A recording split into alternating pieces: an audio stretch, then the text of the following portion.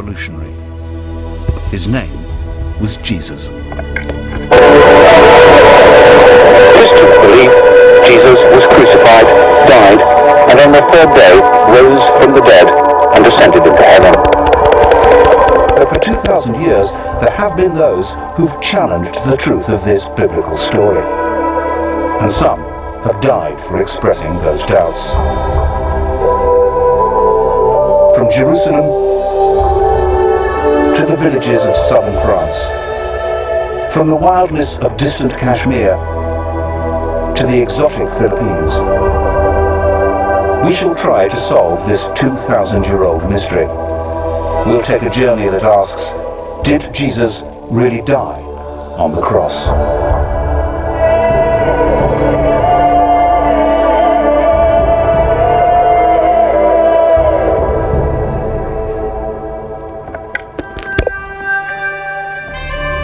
The story of Christianity features not only the most famous name in history, but also the most famous event in history, the crucifixion. For some, or even many true believers, the fact that Jesus was crucified, died, rose again, and ascended into heaven can be literal truth. But throughout history, there have always been those, sometimes Christians, who've asked awkward questions. Would a man die after only 6 hours on the cross? Was he drugged? What really happened in the sepulchre? And if Jesus didn't ascend into heaven, then where did he go? For many Christians, these questions risk undermining the whole basis of Christianity and are extremely controversial. The most crucial part of the story, which all Christians are expected to believe, is the idea that Jesus rose from the dead. The resurrection. The resurrection is actually the primary story at the heart of Christianity, without which you wouldn't have a movement. You could have Christianity without the virgin birth. However, none of them tells it without a resurrection story. Despite the best efforts of the Church, the resurrection of Jesus and his later ascension into heaven have, for 2,000 years, been fertile ground for heresy. Some people suggest that Jesus was rescued from the crucifixion and escaped to live a secret life in southern France. Some have been convinced that Jesus survived and travelled to the mountain kingdoms of Kashmir, where he lived to the age of 80.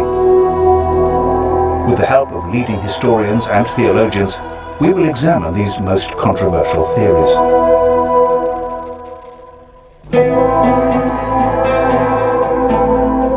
To understand what happened to Jesus after the crucifixion, we need first to look at the facts of his life. But what is historical fact? What is the evidence? Almost all we currently think we know about Jesus comes from the four Gospels: Matthew, Mark, Luke, and John.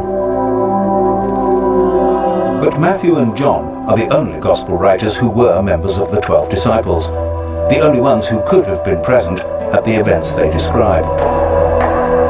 The four Gospels were all apparently written between 40 and 100 years after the crucifixion, which Roman history tells us happened around 30 AD. But despite the fact that we know them by those four names, modern biblical scholars cannot be absolutely sure who really wrote them.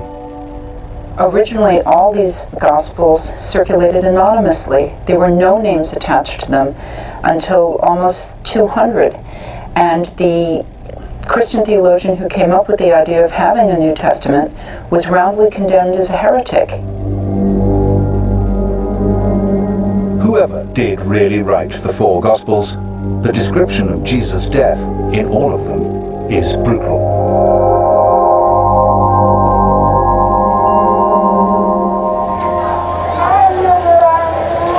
Every year at Easter, Christians in the Philippines reenact the crucifixion of Jesus. They actually volunteer to be crucified. They do it because they believe it will help them to purge their sins. For the onlookers, it's a bloody reminder of what happened to Jesus 2,000 years ago. Crucifixion was the most cruel and atrocious punishment that the Romans could inflict. And it was inflicted only for treason and only on slaves. If you were a nobleman and you were a traitor, then normally you were strangled, something much simpler and much easier and much less painful.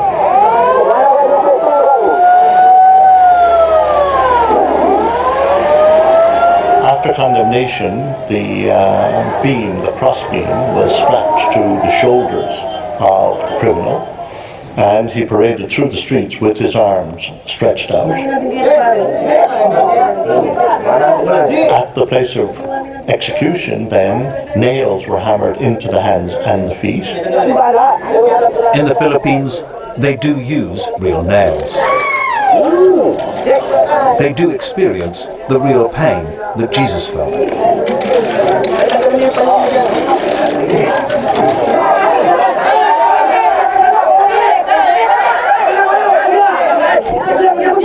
But a man nailed to a cross does not die from his wounds. He dies, surprisingly, from suffocation. Hanging by your arms, the chest is compressed. It's hard to breathe without supporting your weight with your legs.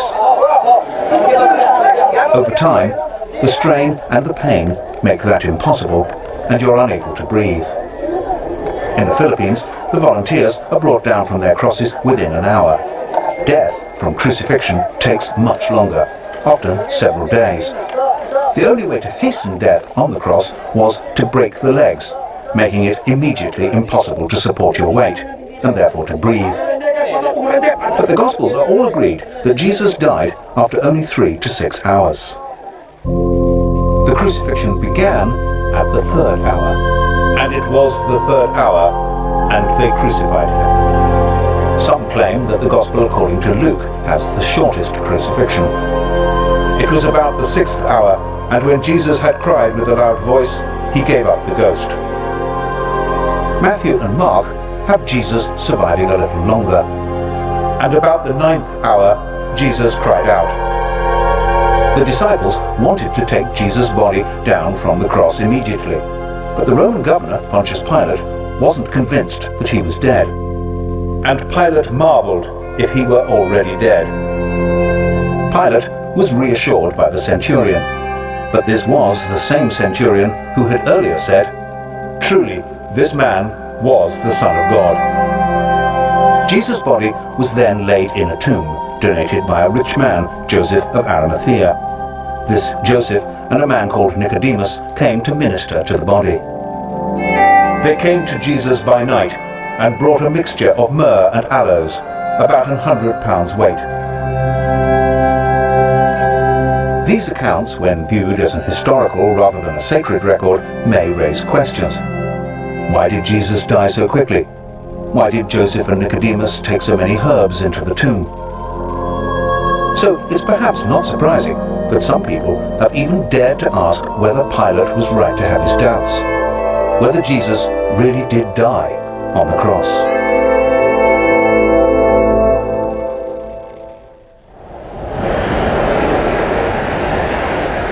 That Jesus might not have died on the cross is an explosive idea, particularly for Christians. In our journey to understand the truth about Jesus' life and death, we need to look further at the biblical accounts of the resurrection. It was here in Jerusalem that Jesus was crucified, and according to the scriptures, rose again from the dead.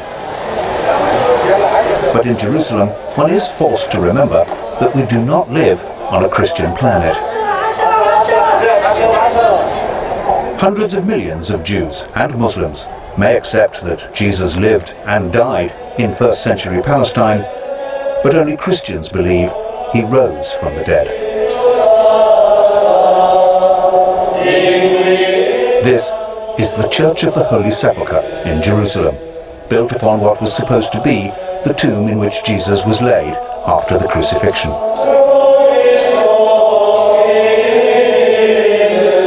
This, according to devout Christians, is the exact site of the resurrection.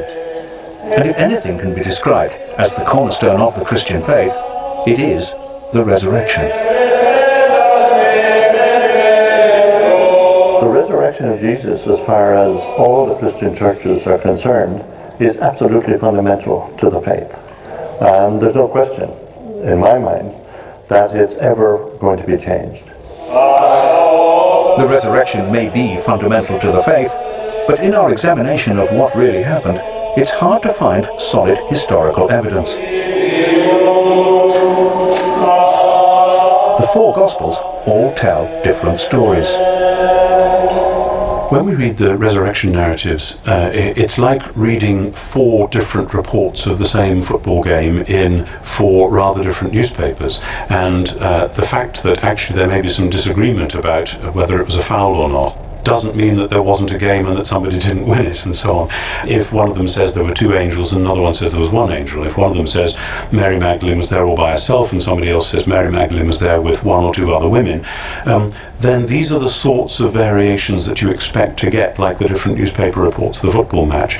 And they're not something that should worry you to the point of saying, therefore nothing happened. That would be quite a false conclusion. But in the earliest versions of the earliest Gospel, Mark, there are no resurrection appearances at all. The Gospel simply ends with the discovery of an empty tomb. The last verses of Mark, which do contain resurrection stories, were added 200 years later. None of the Gospel stories is CNN in Jerusalem in the year 30. The Gospels are written in the form of historical biography, so many people have assumed that they are exactly that.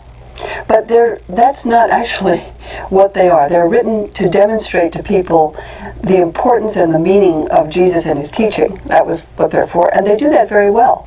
But they're not primarily interested in what actually happened back there. Matthew and Luke do have resurrection appearances, but they don't agree about the details. In Matthew, Jesus meets the women near the tomb and then meets his disciples just one time, and that is on a mountain in Galilee. In Luke, Jesus meets two unnamed disciples who do not recognize him, and then with the 11 remaining disciples before leaving them in a village outside Jerusalem.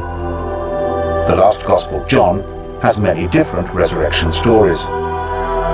For many modern scholars, these variations suggest that the stories were not written to tell of a miraculous event, but with an entirely different and political motive. For it was the supposed witnesses of the resurrection who became the leaders of the early church. Even to this day, the Pope claims his authority in a direct, unbroken line of ordination from Peter, the first disciple said to have seen the risen Christ.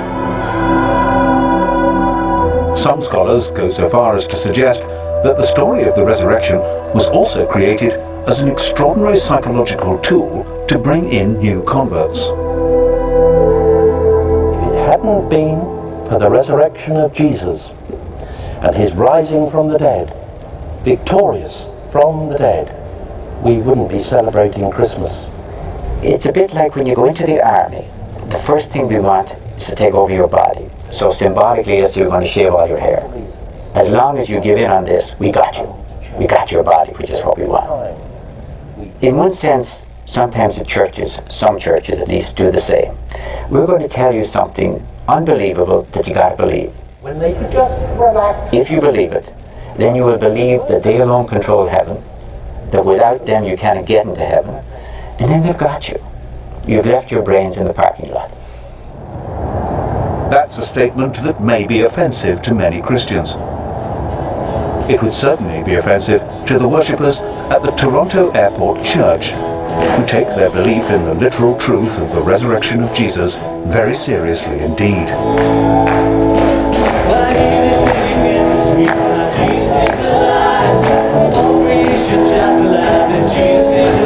For these Christians, the risen Christ is an active part of the church, and they believe that in 1994, Jesus blessed their church with a miraculous healing mission. For 1 minute, in the Spirit for 1 minute. Since then, thousands of churches around the world have claimed to be touched by what became known as the Toronto Blessing. Glory is coming into the room. Hey, glory is And in Toronto, in a splendid new church built by contributions from the faithful, the congregation continue to celebrate their belief in the resurrected Christ. Well, be blessed. Here, on an almost weekly basis, they claim that their faith has the power to miraculously heal. So God's going to heal you right now. There it goes, and the neck is healed in Jesus' name. Don't you like it? I like it. Bless you, brother. Today, it seems to me that there are many people who will strongly defend the literal truth of the resurrection. Many others who are Christians or not Christians believe that perhaps, those who die may be alive in some way, that Jesus who died might be in some sense alive, whatever one means by that. And there are many others who take it as an image of hope, because after all, talking about the resurrection of Jesus has a great deal to do with what we think about life after death, or for that matter, our own prospects. The problem for the church in the 21st century, in a technological and secular age, is that some people find it hard to believe in the literal truth of the miracles, let alone the miracle of the resurrection. Since the 18th century, we've lived in a climate where people have distinguished between faith and belief. So the whole effect of science on religion really has been to throw religion back, to prove what we can believe in. But week in and week out, congregations gather in Christian churches and recite together an ancient creed, from the Latin word credo, meaning I believe. We believe in one God, the Father, the Almighty. We believe in one God, the Father, the Almighty. For our sake, he was crucified under Pontius Pilate. At the climax of the creed, all Christians affirm their belief in the resurrection. On the third day, he rose again, in accordance with the Scriptures. He ascended into heaven, and is seated at the right hand of the Father. He will come again in glory to judge the living and the dead. But whatever is said in church, many Christian theologians no longer consider the resurrection to be an historical fact. And this has not just been a problem of the 21st century. 1,000 years ago, a group of devout Christians in southern France also held unorthodox, heretical views. In the 11th and 12th centuries, the Cathars, a deeply religious group, believed that all material things were the work of the devil. They saw Jesus as an angel, who certainly could not have been physically crucified, and certainly would not have been resurrected as a physical body. It was actually in response to the Cathar heresy that the Church created the Inquisition.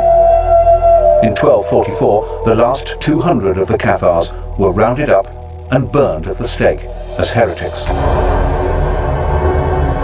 The Church has always reacted strongly against anyone who doubted the truth of the resurrection, because that doubt insinuates that the very literal and physical gospel descriptions of the death and resurrection of Jesus are fabrications. But there is one story, also set in France, at about the same time as the Cathars, which suggests that another Christian group made a discovery which really might reveal that the resurrection story was not true.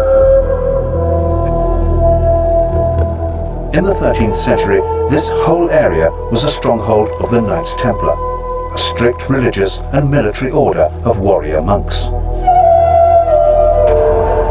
Local historian Thierry Lecomte has spent the last 12 years uncovering the history of the Knights Templar in this region. Les Templiers, The Templars came to this region. notamment campagne. There are traces of them all over the countryside. De serre, on a des traces. Down there at the bottom, near Château de Blanchefont, Des ruines de. there are ruins of an old Templar command post. Templières.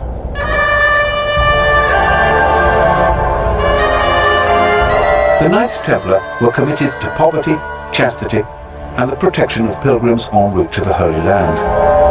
But their main purpose was to keep Jerusalem and the holy sites of Christianity free from the forces of Islam.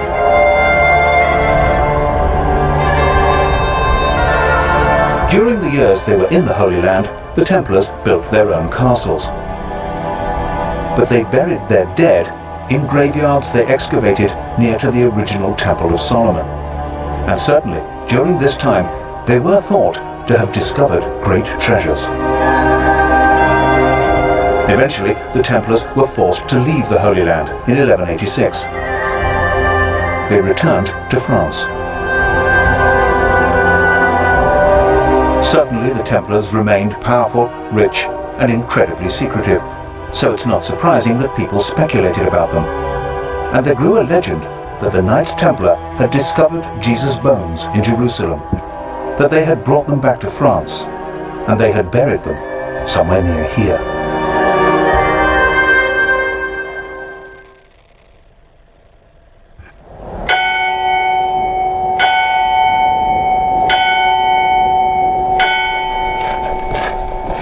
The legend that 1,000 years ago the Templars might have found an ossuary box containing Jesus' bones has led modern scholars to a small church in the village of Rennes-le-Château. Writer Richard Andrews is convinced that there are clues here that might reveal what exactly the Templars did find during their excavations in Jerusalem. One can ask the question, did the Templars find relics, an ossuary full of bones, that they thought were possibly the bones of Jesus? Now, if they had found these, it would have been a shock to the system, because the Templars were good Christians. This would challenge the whole doctrine of resurrection, because here are mortal remains. So we ask the second question, why should the Templars risk being accused of heresy and bringing the bones that they thought were Jesus's back to this area? The answer is simple. If they had found something which they believed were the bones of Christ, they needed a safe location. You could hide a church in these mountains, let alone a small ossuary. You can get lost in these mountains today. Imagine what it was like 1,000 years ago. In the late 19th century, the local priest here, called Bérenger Saunier, claimed to have found ancient documents. And whatever they were, he certainly became very rich afterwards.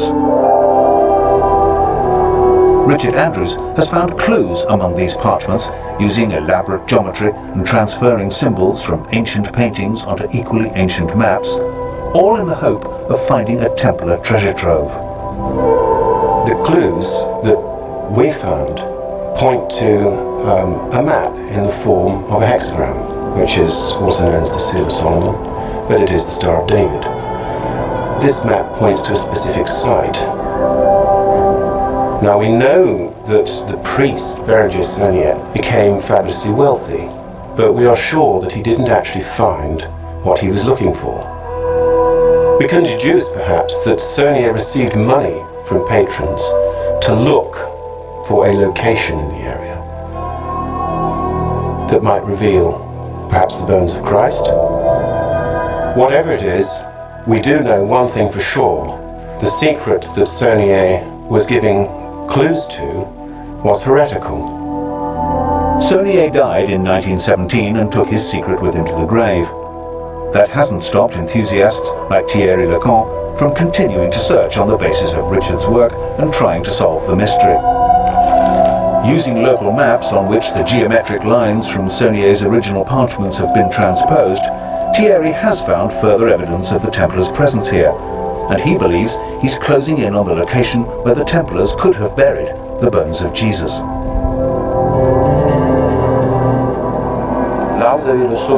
There you have the summit of Mount Cardo, and there are two cedars there, about 10 meters distance between them. They form an alignment, traversing the valley of Rennes-le-Rhin, arriving at the Plateau des Bruyères, where there's a rock with a cross. I lined up the compass. I took a long time and I made a lot of mistakes, but I was convinced I'd find something, a cedar or another cross. And then I found a cross.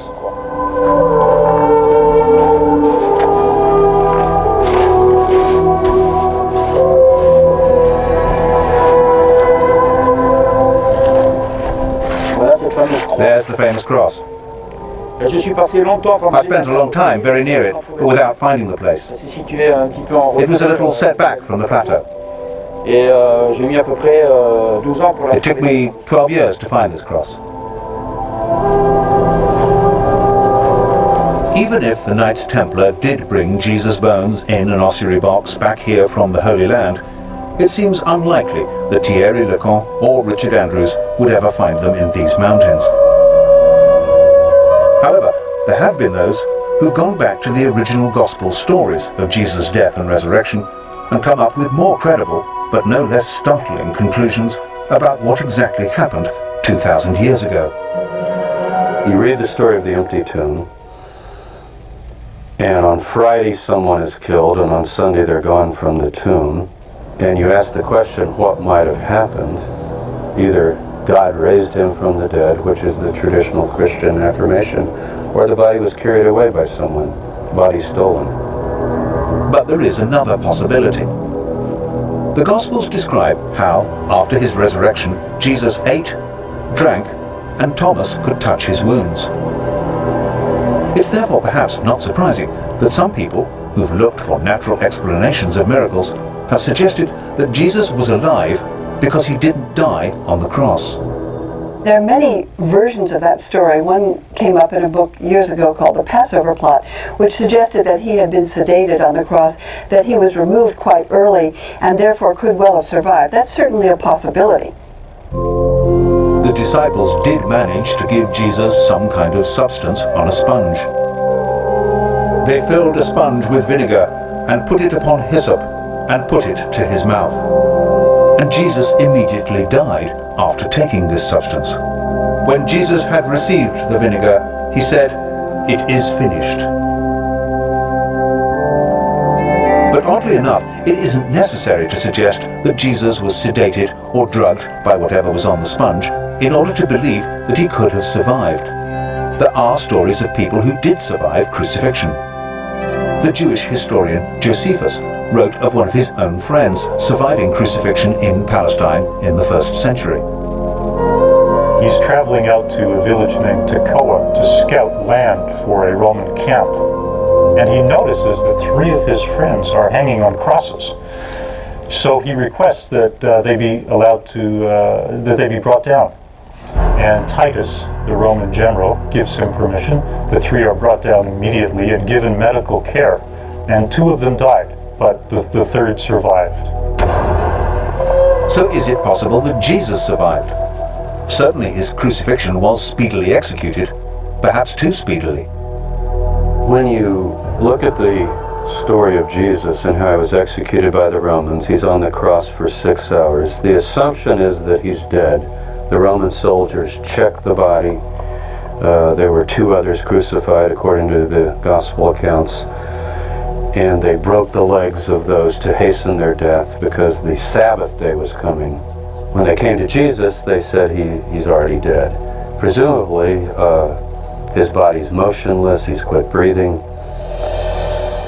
They then prepare the body and put him in a tomb, and presumably it's sealed up, and he's dead for all practical purposes. The question, though, is he clinically dead?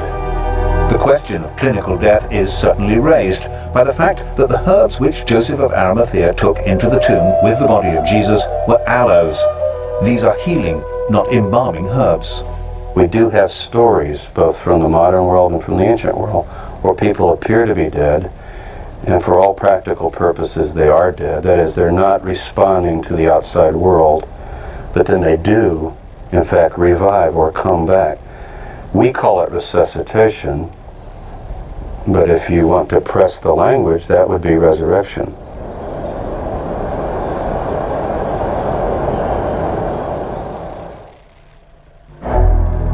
The idea that Jesus might have survived the crucifixion rather than risen from the dead seems provocative. But all the Gospels are quite clear that the disciples saw Jesus as if he were alive. If Jesus did survive, it does not necessarily mean that the resurrection story was a hoax or a deliberate falsehood. At the end of the 19th century, the English writer Samuel Butler, in his book on the resurrection, came up with the theory that if Jesus had collapsed into a shock-induced coma on the cross and then recovered in the tomb, he and his disciples would actually have thought his recovery was a miraculous resurrection. That still has great credibility if you see it in the light, for instance, of more contemporary developments. Look at the near-death experience in the United States. Something like 13 million people in the United States say they've had near-death experiences. They've seen this white light. They believe it to be some form of miracle. So the idea that in the first century, when they had none of this scientific insight and they had none of these hospitals or whatever to save them, that people thought it, actually makes a lot of sense. Doesn't make them fraudsters or shysters. It actually makes them genuine people who thought they'd witnessed a miracle. Whatever the circumstances, if Jesus was alive, then he and his disciples face a serious problem. If Jesus was placed in the tomb and somehow was revived, he himself would certainly think that was an act of the grace of God. I came right to the bars of death and was brought back. But now there's a practical problem. It's a political problem, actually.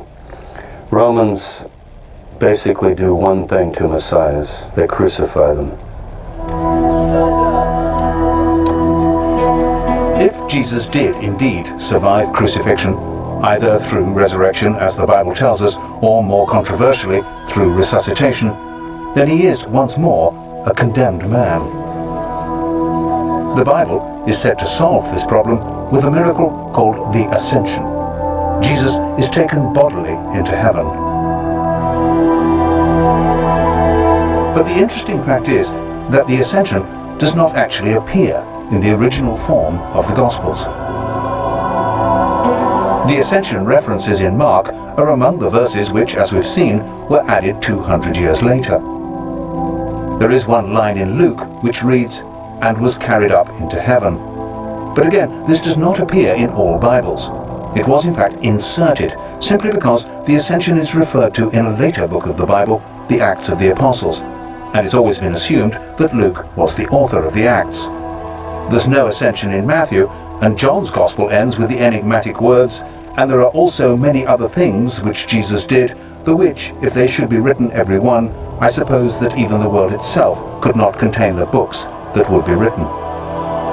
So what was it that Jesus did? One of the stories that emerges from this question depends upon the idea that Jesus' relationship with Mary Magdalene was a very special one. If you read John's Gospel, the first person who saw the risen Christ, i.e. the first Christian, was Mary Magdalene. So I think when the church tries to sideline the idea that Jesus had relationships with women, that he had close relationships with women, it's laughable, really. I mean, it's part of this problem that they always say that that the thing that non-believers find hardest about Jesus was his divinity, and the thing that Christians always find hardest about Jesus was his humanity. I mean, he was a man. I'm perfectly happy with the concept that Jesus had a relationship with Mary Magdalene, that it was long and important and, was one of the dominant things in his life. He was human. The idea, of course, that Jesus may have had a very special relationship with Mary may be offensive to many Christians, but some historians have gone even further. They've suggested that Jesus and Mary might have married, that they might even have had children. So if we're trying to find out where, in his flight from the Romans, Jesus could have gone, perhaps we should start by finding out where Mary went.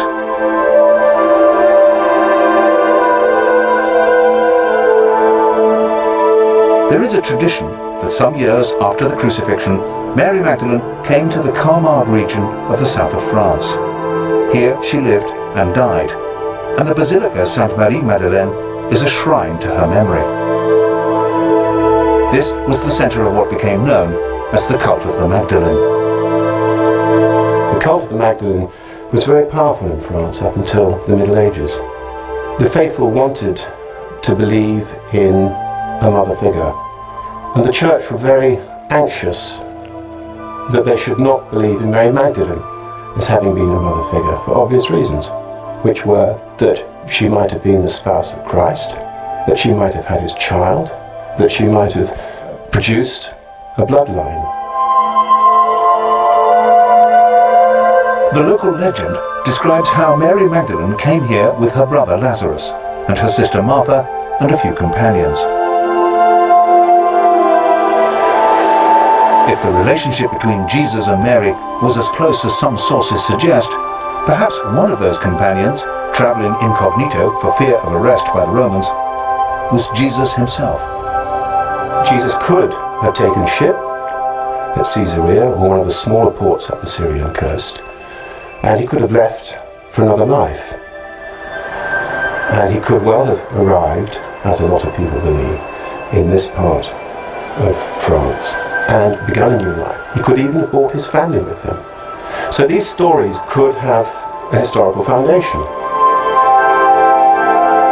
After her death, Mary Magdalene's relics were placed in a sarcophagus and then hidden.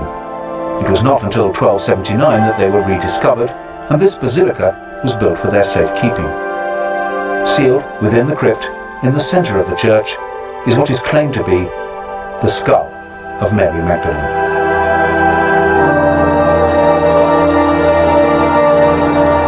The idea that Jesus went to the south of France may seem far-fetched.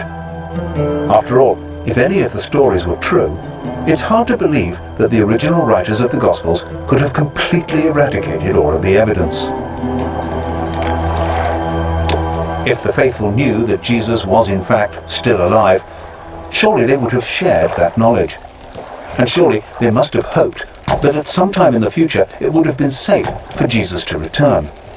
And evidence for that hope should be somewhere in the original text. The disciples were expecting Jesus to return. They were expecting what has become known as the second coming.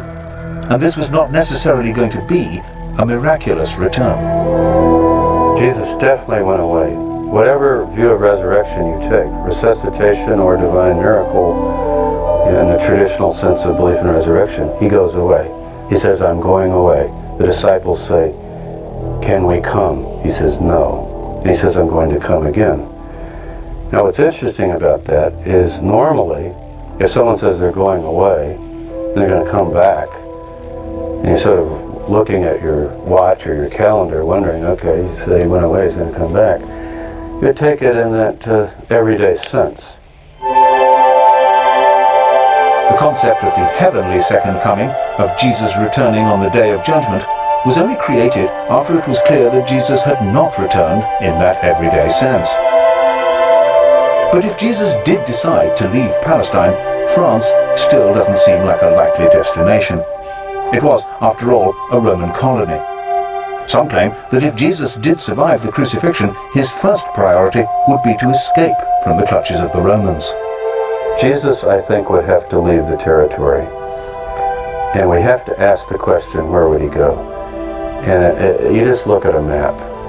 Palestine is on the far eastern border of the Roman Empire. If you go west, you're going right into the heart of Roman territory, where we have our 15 legions stationed around the world. If you go east, you're crossing over into Parthia, and you're going towards Persia eventually, and India and Afghanistan, that direction. But apart from escaping rearrest, why would Jesus travel east? And how would he get there?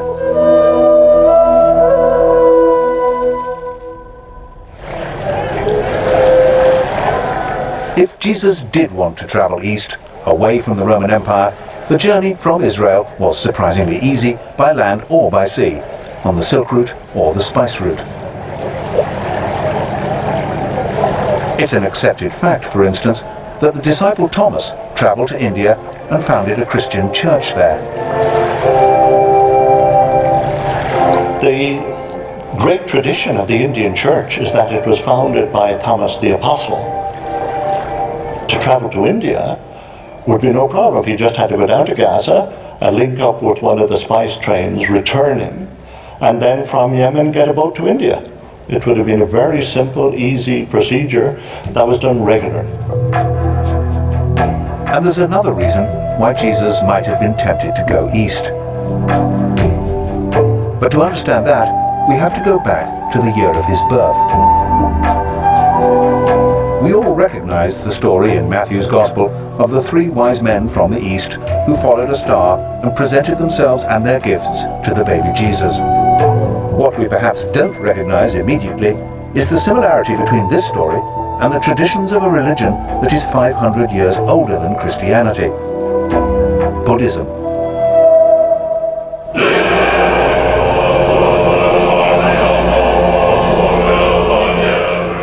great Buddhist holy man or Lama dies, wise men consult the stars and other omens and set off, often on extraordinarily long journeys, to find the infant who is the reincarnation of the Lama. When the child is old enough, he's taken away from his parents and educated in the Buddhist faith.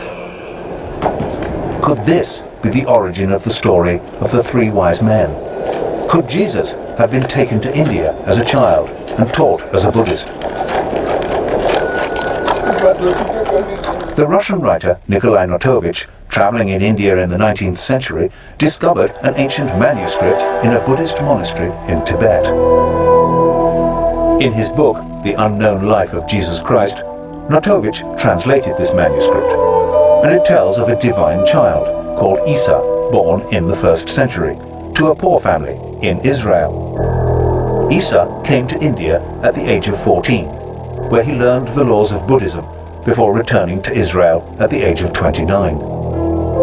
This idea would certainly explain the otherwise odd fact that from the age of 14 to 29, there's absolutely no record of Jesus' existence in Palestine. Certainly Jesus' later teaching and miracles have uncanny parallels with the teaching and miracles of the Buddha. Loving your enemies and the idea that the meek will inherit the earth have absolutely no tradition in the Jewish religion, but are entirely consistent with Buddhism. And the Buddha was known to walk on water, and miraculously to feed many hundreds of his disciples with only a few scraps of food.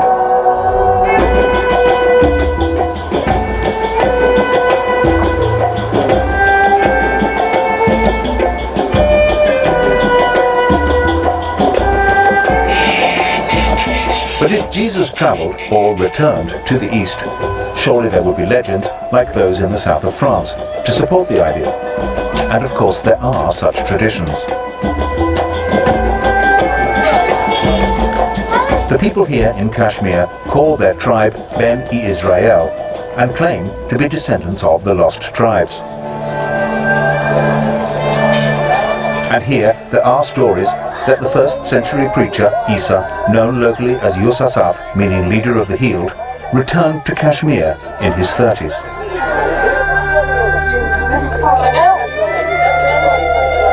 Yus Asaf's ministry here can easily be seen as a continuation of the Jesus ministry.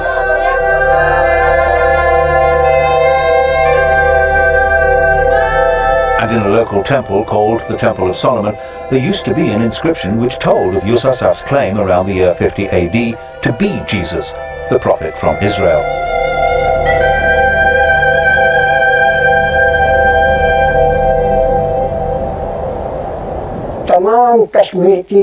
Kashmiri history books tell us that Yusasaf came from abroad. He was a prophet and a messenger. He came from Israel. He came to spread his teachings. He lived and died here.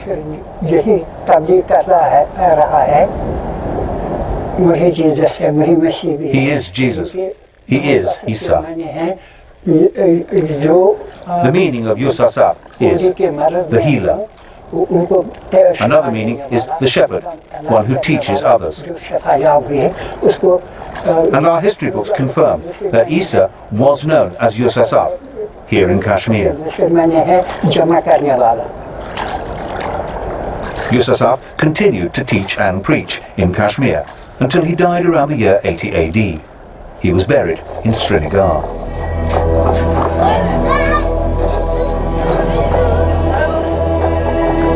And this, they say, is Yusasaf's tomb. The first building erected around this site was built in 112 AD. In fact, it's now a shared gravesite. In the 15th century, the Islamic holy man Syed Nazir ud-Din was also buried here.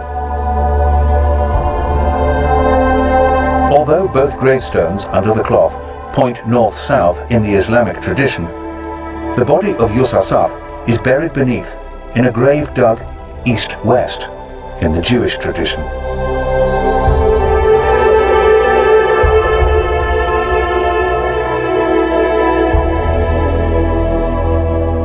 Next to the sarcophagus are two carved footprints. The marks on these are said to be the symbolic representations of the scars of crucifixion. The footprints were carved as a sign. The scars are clearly visible, received when he was nailed to the cross. They show that this is the same person who came from Israel and that he lived and died here. You won't find any footprints like these anywhere else in Kashmir. We don't have that tradition. The position of the scars, just behind the toes, do not match each other, but they would align if a single nail was driven through both feet, with the left foot placed over the right.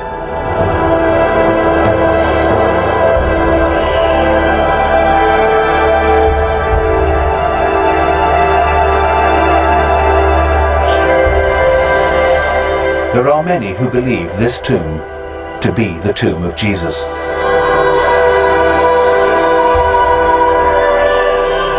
If this is the tomb of Jesus, then he spent most of his life in the mountain kingdom of Kashmir.